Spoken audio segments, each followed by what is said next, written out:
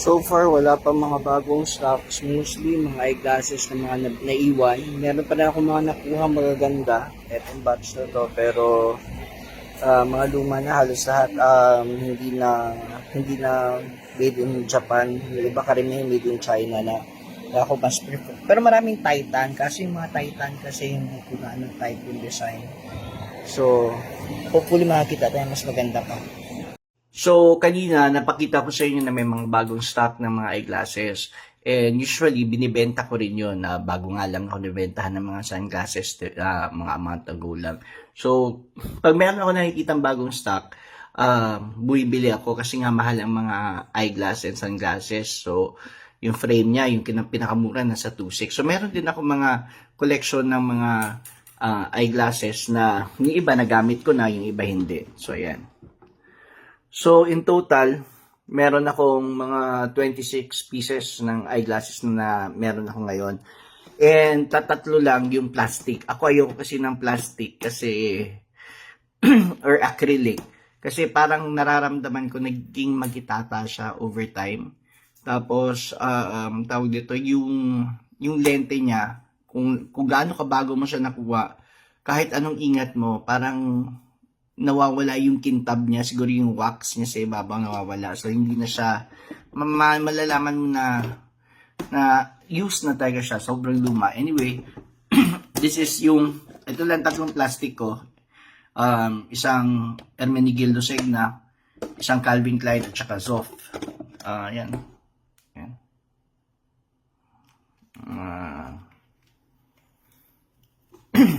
Ayan. That's Calvin Klein. Hindi ko na rin gano'ng ginagamit yan. Saka ito. Ayan.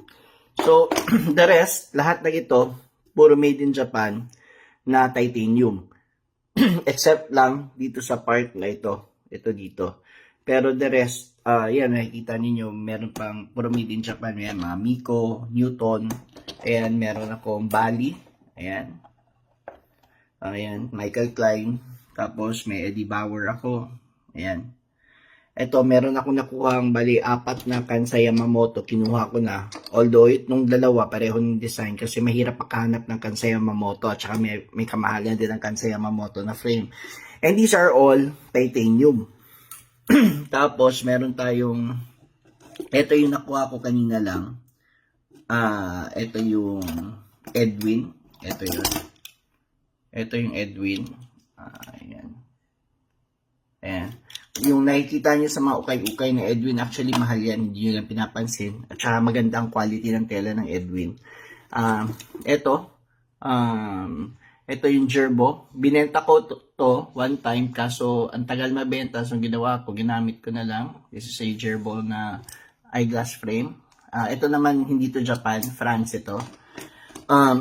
And last month, nakabenta ako ng Benetton na eyeglasses. And meron tayo. And ito yung isa sa mga eyeglasses na nakuha ko na talagang I'm keeping it. Kasi meron siyang stone na ano ba, London Topaz man yata ang tawag ng bato na yan. Basta pag inilawan mo to magiging blue siya. Akala mo lang black. Pero pag inilawan mo, yan o. Faceted na London Topaz yata ang tawag nila, or Blue London Topaz, hindi ko lang sure. Yan. Tapos, micron plated, so matagal siya mag-fade. Kaya lang nabibigatan ako gumamit kasi may bato pa ito. Tsaka masyadong formal ang itsura nito.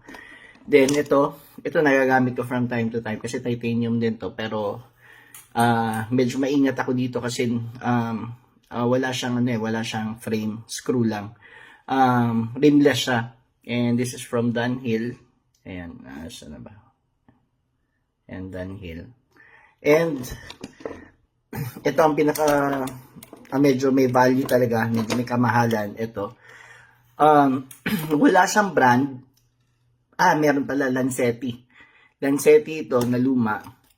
Pero, meron siyang 14K na temple. Ito dito. Ito, 14K ito. Ayan, ito, 14K ito na temple. Tapos, supposedly, nakalagay naman titanium. Kaso minsan, parang pakiramdam ko hindi kasi mabigat siya. baka ano lang, baka, or, kasi Titan ang nakalagay din eh, kasi ang Titan nag-offer Lancetti. Pero eto, 14K ito, na eyeglasses. Iniisip ko nga ipatunaw eh, kasi parang gawin kong sing-sing o ano ba, kasi, tawag nito, hindi ko masyadong nagagamit kasi nabibigatan ako. Tsaka parang medyo dated yung design niya kasi medyo malaki itong konti. So parang tumatanda ka lalo pag sinusuot mo siya. Pero this is the most, although mabigat siya, this is the most comfortable sa eye kasi malaki yung nakukuha niyang area from, kasi doble ano to eh, doble vista. From near and far sighted na grade mo, yung coverage na maganda. Pero, eto yung mga nakukuha ko na mga eyeglasses at wala naman ako plano sumunod kay Elton John. Pero, yun nga, bumibili ako nito sa surplus kasi mura ang kuha ko. Unlike pag bumili ka sa optical shop, syempre medyo may kamahalan kasi nga brand new yun, kompleto na with a case, yung original cases nila. Tapos, syempre may mga pa-promo sila na if you get their eyeglass frames, magiging libre na yung mga lente nila. So, yun. Pero ito naman, ang ginagawa ko, bibili ako, then papalitan ko yung grado sa local optical shop. Mapayag naman sila, pero medyo may kataasan konti yung presyo ng lente. Hindi naman sobrang taas, pero from the regular price, dahil sa hindi ko kinuha yung frame sa kanila, medyo mas mataas ang bigay nila ng lente sa pag nagpapasukat ka. So, ayan, ito yung mga eyeglasses. Itong mga Kansei Yamamoto, mahal ito. Meron pang Jaguar dito. May Jaguar. Ayan yung sabi ko kanina yung Bali. And yung mga Eddie Bauer. Hindi, ano ba yan.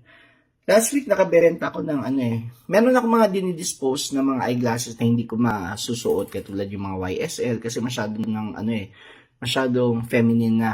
And basta hindi siya ganun although branded siya, hindi siya ganun flexible ang design niya. So, marami dito yung mga flexible na pwede siya pang casual lang. Pero, syempre, kunwari, kung gusto mong ibagay-bagay, kung naka-rose gold ka, kunwari, nakalaas ka ng rose gold, pwede ka mag-rose gold eyeglasses, or naka-silver ka, pwede ka mag-silver, or stainless steel, pwede din mag-bronze ka, kung medyo, ang outfit mo medyo more leaning to the brown spectrum or tawag din earth tones, mga ganun ba. So marami akong version para depende kung ganun kakaarte na parang iparis-paris mo anyway makukuha mo naman ang mura, papalitan mo lang yung lente.